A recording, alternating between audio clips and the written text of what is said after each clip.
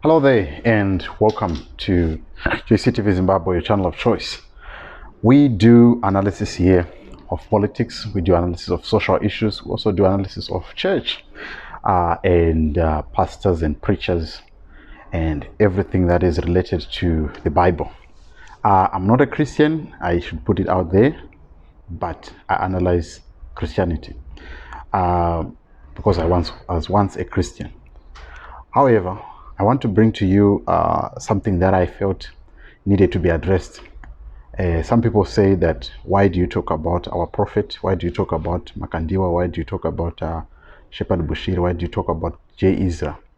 And there's a scripture that is mostly abused, which is Psalm 105, which says, touch not mine anointed.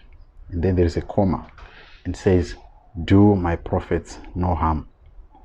This scripture has been badly abused by preachers.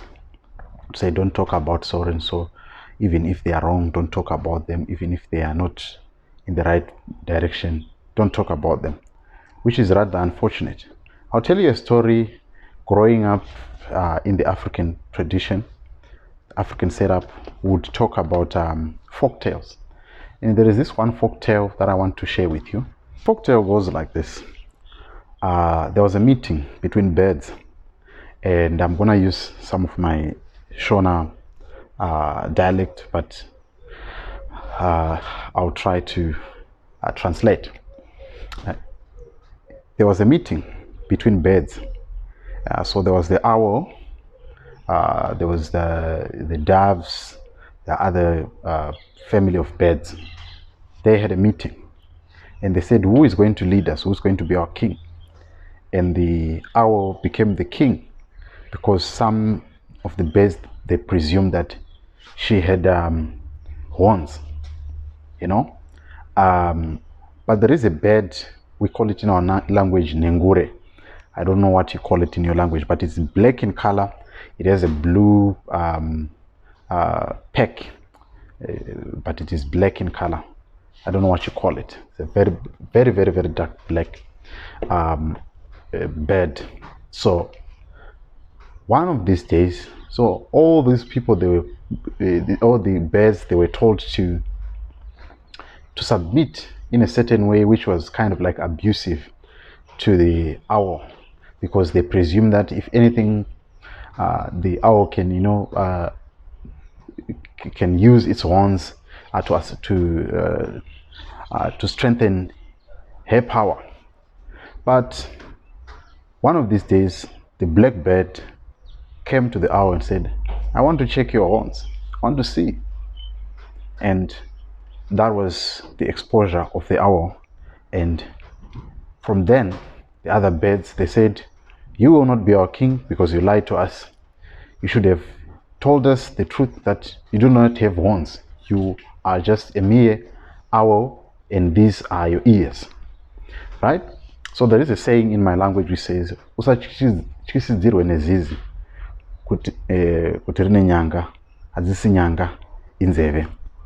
do not be intimidated by an owl that it has horns.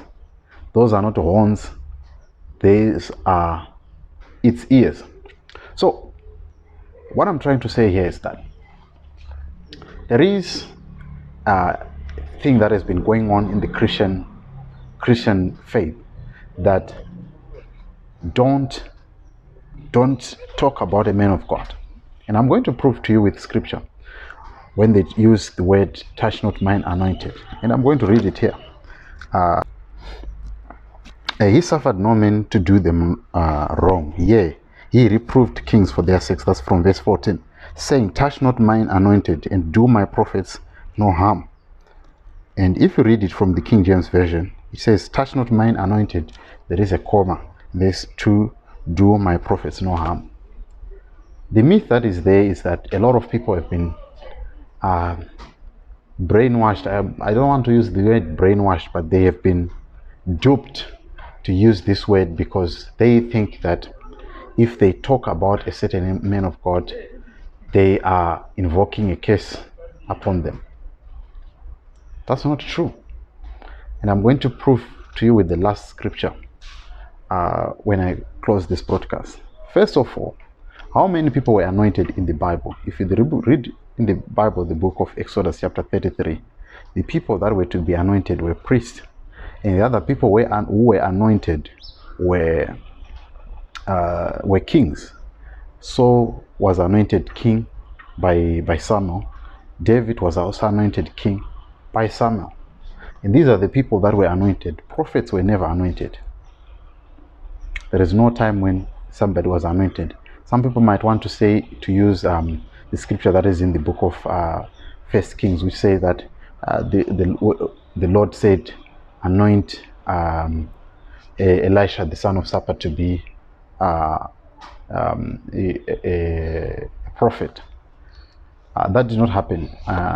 Elijah did not anoint Elisha. He just left him with a mantle. If you read that book, there was no time he was anointed. He just tapped him with a mantle. So there is no prophet that was anointed in the Old Testament, right?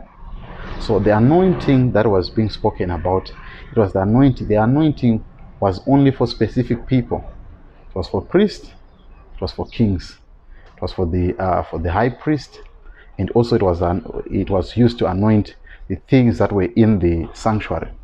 I'm not a preacher, guys. I'm just correcting some of the things that are there. I'm just an apologist. So that is when the anointing was used. It was anointing oil.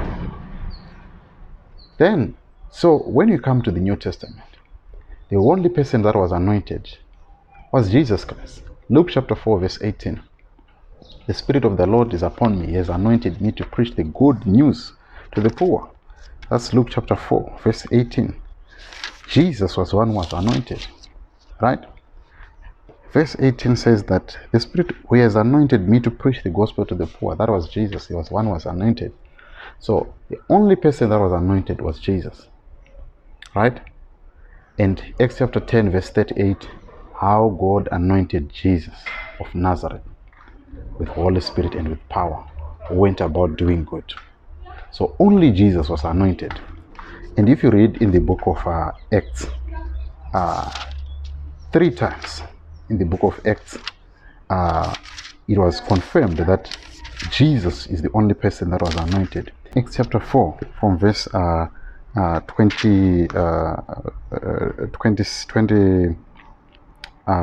26 says, the kings of the earth stood up and the rulers were gathered together against the Lord and against his Christ. The word Christ meaning the anointed one. For the truth, the holy child Jesus, whom thou hast anointed, both Pontius and Pilate, with the Gentiles and people of Israel were gathered together. So the Lord's anointed is Jesus.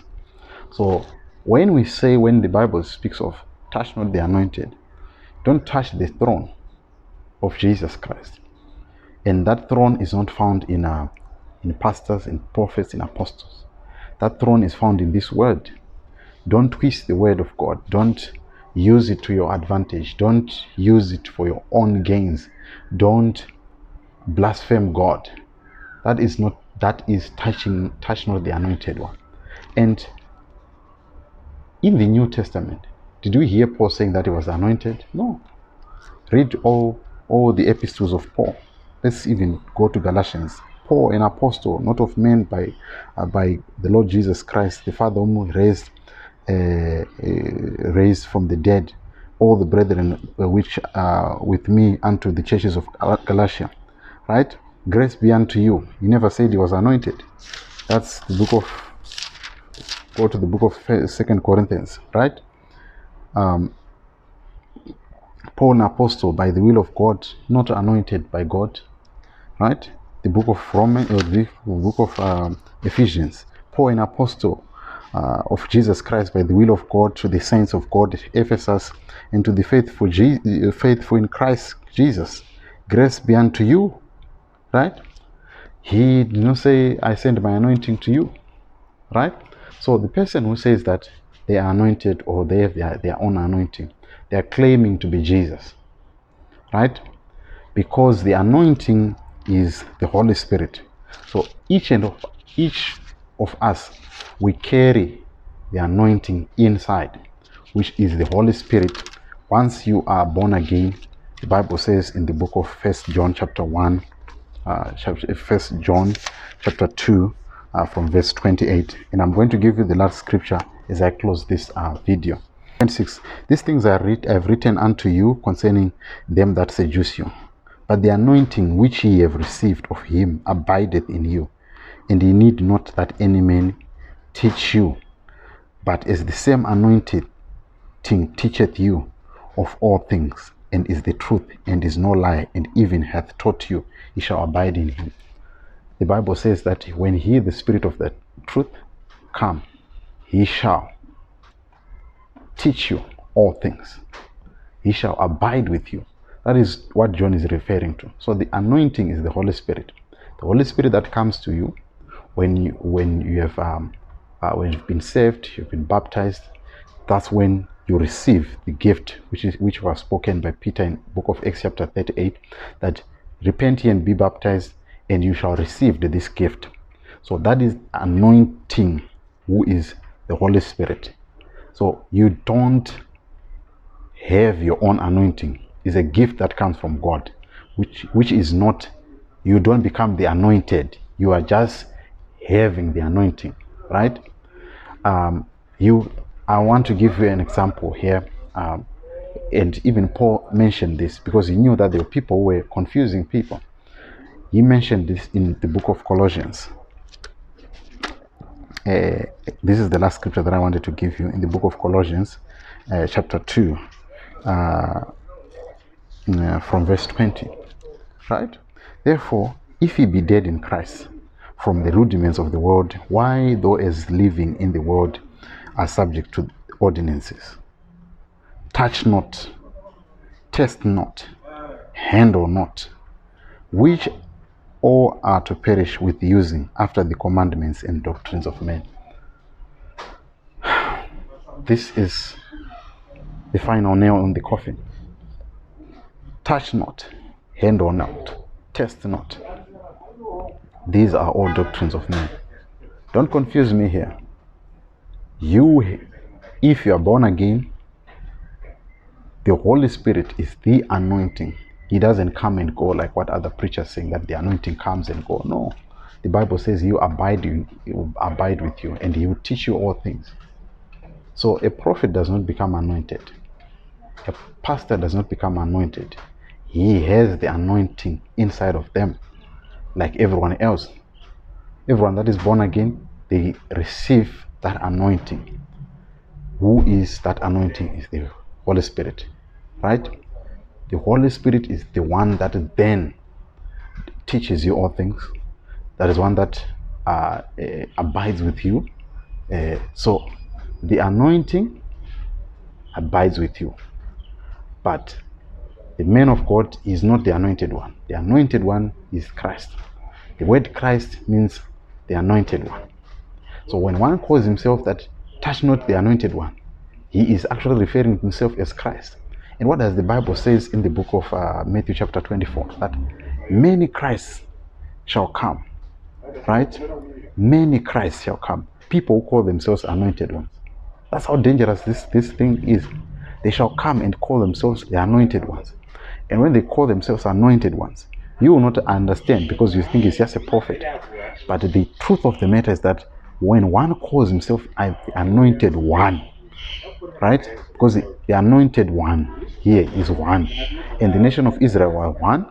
And here, the one that was being referred to was Christ. Because it was a shadow. The law was a shadow of things to come. That from Hebrews chapter 10, from verse 1. So, when one calls himself anointed, says, don't touch me, that's when you realize that they are claiming to be Christ. They are taking the seat of Christ, and when they are doing that, they are touching the anointed, they are touching the seat of Christ. And by so doing, you will be thinking that the man has got horns. And because of fear, people have been caged in, people cannot speak out. A lot of times, people were speaking out. Paul spoke out against Hymenaeus and Philetus in the book of First Timothy. Paul spoke to Peter. He rebuked Peter in front of everyone. Jesus spoke against the Pharisees. Paul spoke against Alexandra, the coppersmith. He mentioned everyone who wouldn't do good. He mentioned Demas. So there is no time in the Bible where people are not allowed to speak against a man of God, as long as what they are doing, it is in line with Scripture. There's nothing wrong with doing that. So that's why we touch your prophet. That's why we talk about your prophet, because he's not the anointed one, the only one who is anointed. When they err in the doctrine, when they err in the Bible, in the Scriptures, we touch them, because that's what the Bible says. And I hope that you have learned something. If you have any questions or you have any suggestions, please put them in the comments. And if you want us to drive this subject extensively, you can go into the comments section and you can pass in your comments. But thank you so much for watching. Please subscribe to JCTV Zimbabwe. I'll see you again in the next episode as I talk about interesting subject. And